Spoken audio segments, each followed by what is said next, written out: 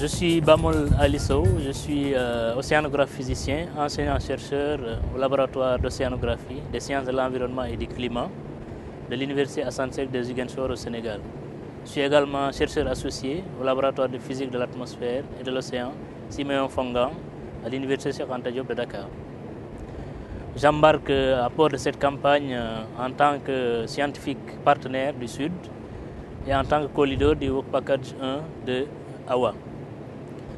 Alors dans cette campagne, en dehors des activités de prélèvement avec la bâtissonde au laboratoire de chimie, je m'intéresse en fait à la station automatique météorologique qui mesure principalement le vent. Alors pourquoi s'intéresser à la mesure du vent dans cette campagne? Alors pour deux raisons. La première, c'est que nous étudions les systèmes de pooling.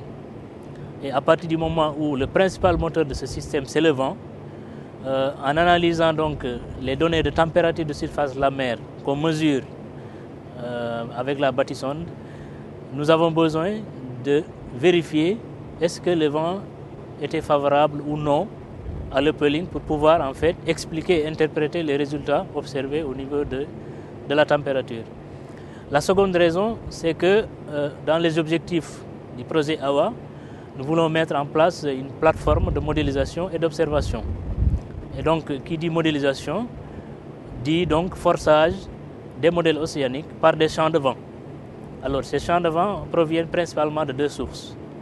Nous avons les produits satellitaires qui donnent de bons résultats au large, mais qui connaissent certains problèmes de contamination au niveau du domaine côtier, quand on s'approche de la côte.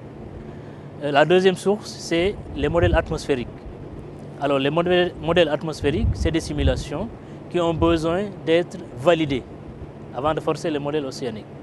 La plupart du temps, on utilise les stations automatiques au niveau des aéroports, comme Dakar Yoff, mais à partir de ce moment, il se pose un problème de représentativité des conditions en mer, c'est-à-dire est-ce que le vent à l'aéroport représente le vent qui est en mer.